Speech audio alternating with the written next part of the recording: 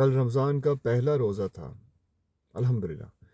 और असर की नमाज़ पढ़ाने का मौका मिला और पढ़ाने के बाद मैं मस्जिद के पहले फ्लोर पे गया। वहाँ पर एक बंदा नमाज़ पढ़ रहा था, जो कि जगह नमाज की है नहीं, लेकिन वो किसी फूड डिलीवरी सर्विस में काम करता था। और नमाज़ पढ़ाने के बाद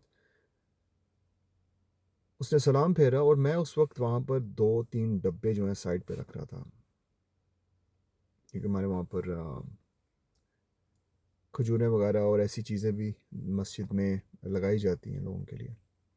तो वो डब्बे जो हैं मैं वहाँ पर साइड पे रख रहा था। उसने सलाम फेरा और एकदम उठ के मुझे कहता है कि तुम यहाँ शोर कर रहे हो और मैं नमाज़ पढ़ रहा हूँ। अभी मुझे सिर्फ़ 2 सेकंड ही होंगे वहाँ पे, और उसने मुझे धक्का दिया।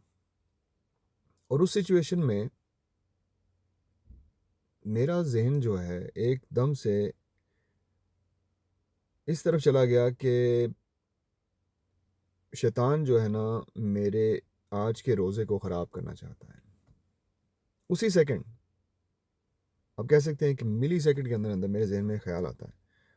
और मैं उस बंदे को ये कहता हूँ कि मेरे भाई रोज़ा है, रमज़ान है, तो लड़ाई नहीं करनी, कुछ भी नहीं हुआ। आप यहाँ नमाज़ पढ़ रहे थे, तो मैंने यहाँ पर डिब्बा रखा। मुझे या शायद बाद में आना चाहिए था, लेकिन पहली बात यहाँ पर नमाज़ पढ़ने की जगह नहीं है, नमाज़ ऊपर है, मस्जिद के फ्लोर पे। वो आगे से अपनी तरफ से ही कोई बातें करने लग पड़ा और उसने मुझे धक्का देने की दोबारा कोशिश की। मैंने उसका हाथ पकड़ा, फिर मैंने उसे गले लगाने की कोशिश की।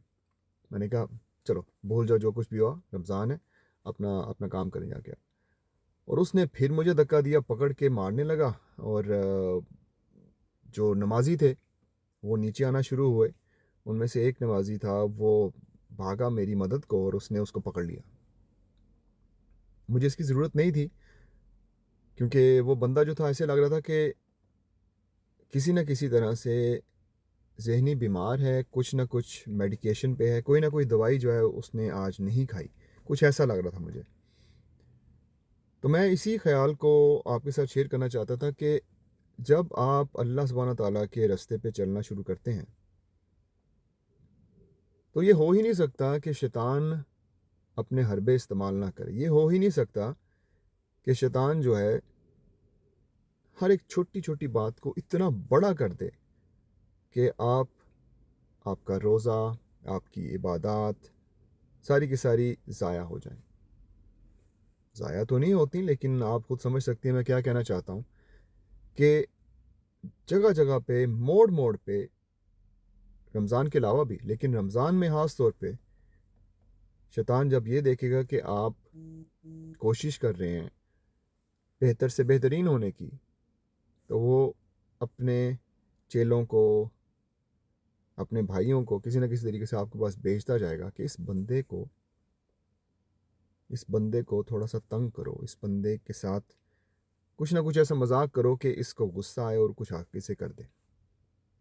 और हमारी जो मस्जिद की जो एंट्री है, वहाँ से वो बंदा चला जाता है बाहर।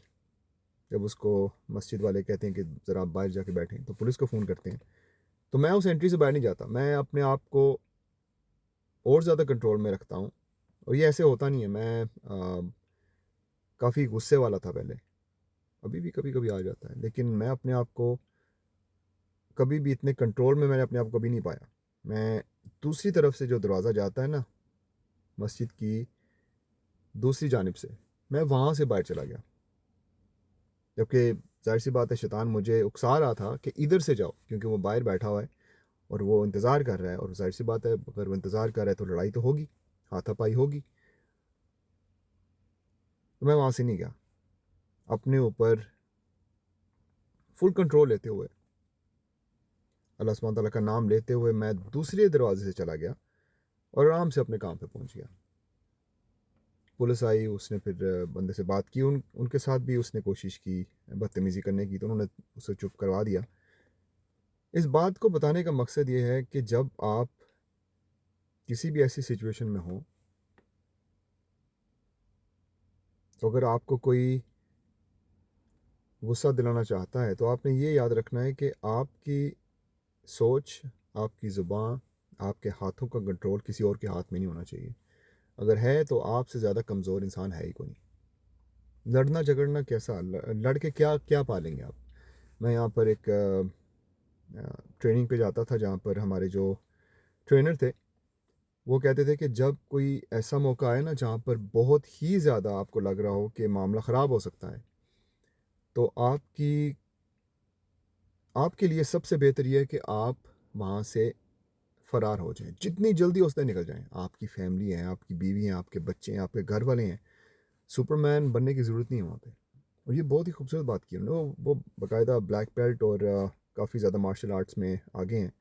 तो ये उनकी एडवाइस जो है ना, मैंने बहुत ही ज़्यादा इस पर गौर किया और सचमुच में यही है। आपको ज़रूरत नहीं है हर तरफ ये बताने की कि आप कितने स्ट्रांग हैं।